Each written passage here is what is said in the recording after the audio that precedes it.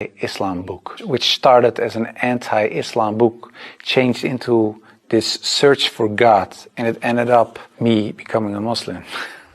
How was your life in regards to faith? What did you believe in? Before I was a Muslim, I was a Protestant Christian from the Reformed Church. We read from the Bible, we all got biblical names, we were all baptized, we went to church, etc., etc. So we're pretty Christian in that way, in that sense. Of course, I believed that there is a creator, I believed in heaven, hell, I believed in angels, revelations, and of course what separates the Christians from the Muslims is that I believe that Jesus Christ was the Son of God. In a more philosophical way, I believed he was God himself, of course. I believed in the resurrection and crucifixion of Christ, of course. And I believed in the atonement. But because the Trinity is a very complex concept, whether you believe it or not, it's still very complex. Because if there is a God in the Bible, it says God is eternal. But if you are eternal and you die, you cannot be eternal, immortal at the same time. So there was something when I was a little older, 16, 17, I started questioning things like that. It's not very logical. I talked to many priests, preachers, even rabbis, and the answers I got weren't very satisfying. That made it for me kind of complex, and in the end I had some doubts about stuff like this, but I said, well, I set it aside and I thought, okay, I just believe it, and perhaps I'm not smart enough to get the whole picture. And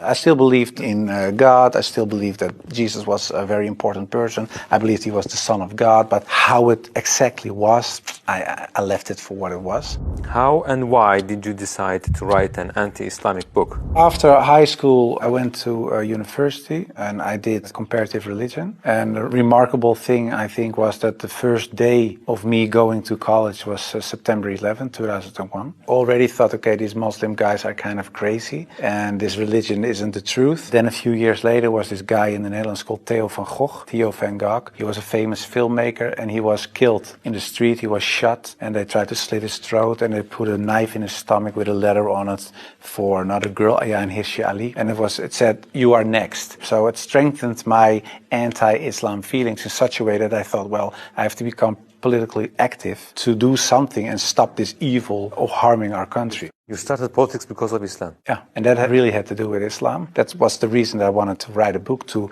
explain to people why Islam was a danger for the world. When I was writing my book, like I said earlier, the questions, the doubts I had about Christianity popped up again. And that was about truth, of course, because I was a believing Christian guy. And yeah, the Christian questions I had, in the end, were answered in an Islamic way. Because, of course, when I started writing the book, a lot of people think that it was a political book. But it wasn't so much a political book, it was a religious book, because I wanted to show people why Islam was a danger as a religion, and I wrote it from a Christian perspective. So in the beginning I made a comparison between the Christian concept of God and the Islamic concept. So I started comparing it. But because I had these doubts about the Trinity and I saw Tawheed, the oneness of God in Islam, I thought, yeah, it sounds a little bit more logical. And then I thought to myself, well, I reread the Bible to refresh myself and see, okay, why isn't the concept of Islam, the Tawheed concept, isn't the Christian concept? But when I was reading the Old Testament and I saw what the Old Testament prophets said, it was one God, one God, one God. And then I thought, okay, I'll